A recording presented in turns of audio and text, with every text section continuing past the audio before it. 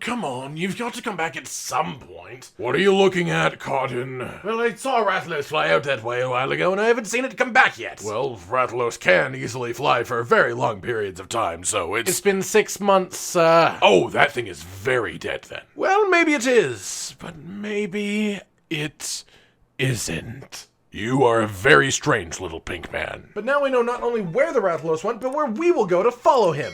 Welcome everyone to Seliana. Seliana? The shiny, pretty new base on the new island. Everything you loved about Astera has a home in this snowy paradise, as well as a number of new things and convenient changes to the old things as well. So it's time to talk about the 5 best things about Seliana. Number 5, the beauty.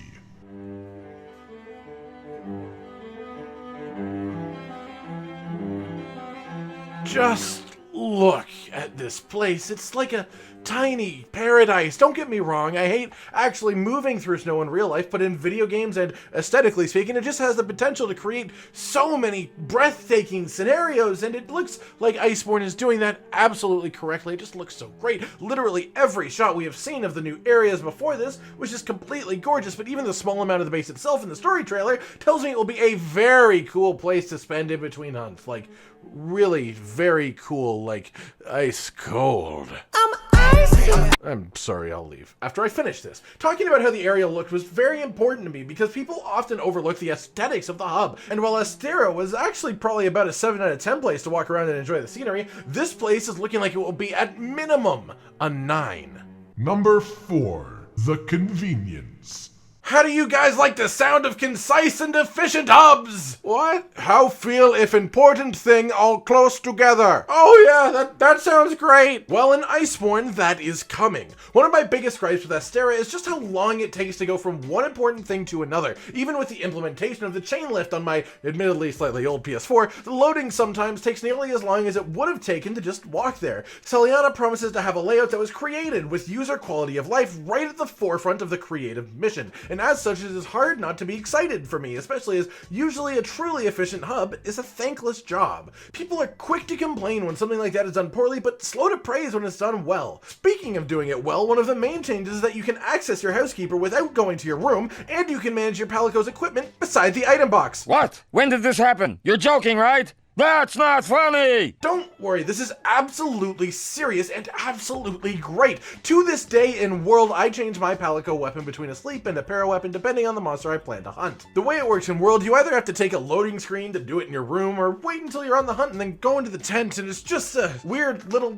inconvenience that getting rid of is super appreciated. Same goes for the Tail Raider Safari being outside of the room now as well, because for the most part, I ignored that entire system outside of farming for Death Stench Armor simply due to the fact that it wasn't accessible from anywhere in the main hub. So I, for one, am super happy to see these changes. Past that, I do have one hope that fits well into this section, and that is to have the Gathering Hub be the same as the normal hub. Let people load into the same Seliana. Really go hard on the convenience route and never let us think about why an action is taking too long again. It even takes the focus off of quest load times because you can always get something done in that time. It's just a good idea. Get on it, Capcom. Number 3, it feels alive. It's alive! Oh, it's alive! It's alive! It's alive! This one is all about the progression of time and the promotion and relocation of the characters we already know and love from Astera. The absolute most important of these is that the commander has a longer beard. I fucking love this. It's so simple and so perfect. But the commander's beard aside, there is a trio of interesting developments. Ye old provisionary trio have been split up. Instead of all having the same jobs but between them, each one has been promoted and trusted to run their own departments. Good old classic provisions manager will be filling the role of running the resource center in Seliana, the new hub. We are also told her management skills are unmatched, and I have no reason to disbelieve that. The old analytics director, who does in fact have a fantastic and warm-looking new outfit, is actually staying in Astera, taking over the old research center in the absence of his colleagues. The tech chief, well, he got a promotion, but it shot him in a direction much more fitting to his actual name, as he shifts from investigatory management over to the creation and management of bizarre inventions. Wickety whack! Including a brand new game mechanic, and one that is worth its own slot at Number 2, the Steamworks.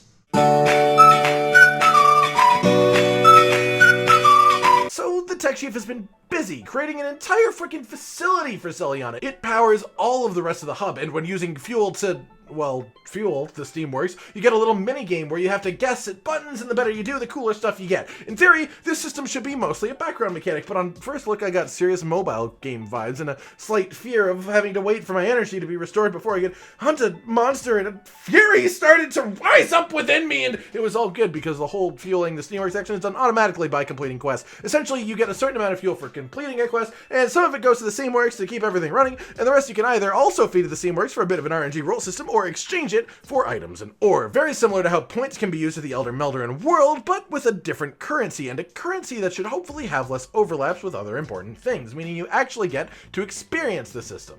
And also, look how ridiculously happy the man looks! Dude helped build Astera 40 years ago, and they finally let him live out his crazy scientist dreams, and it worked out wonderfully, and he's so proud, and just look at that smile, guys.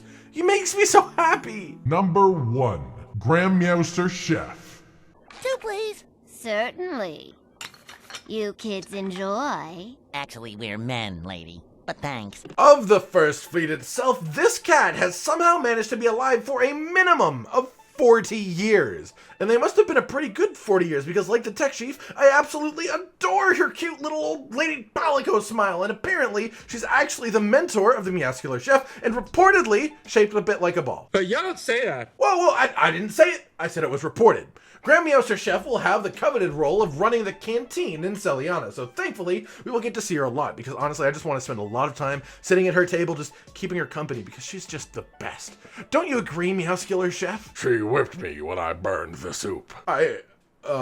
Probably the most tantalizing part of the description of this woman is that the GRAMMEOWSTER Chef has been taking a break from commission work, and while we have seen multiple First Fleet members doing their own sort of solo assignments in the New World, we have never really ran into anyone who just straight up took a break. So if someone were to take a break, and simultaneously they weren't in Astera, then where has the GRAMMEOWSTER Chef been?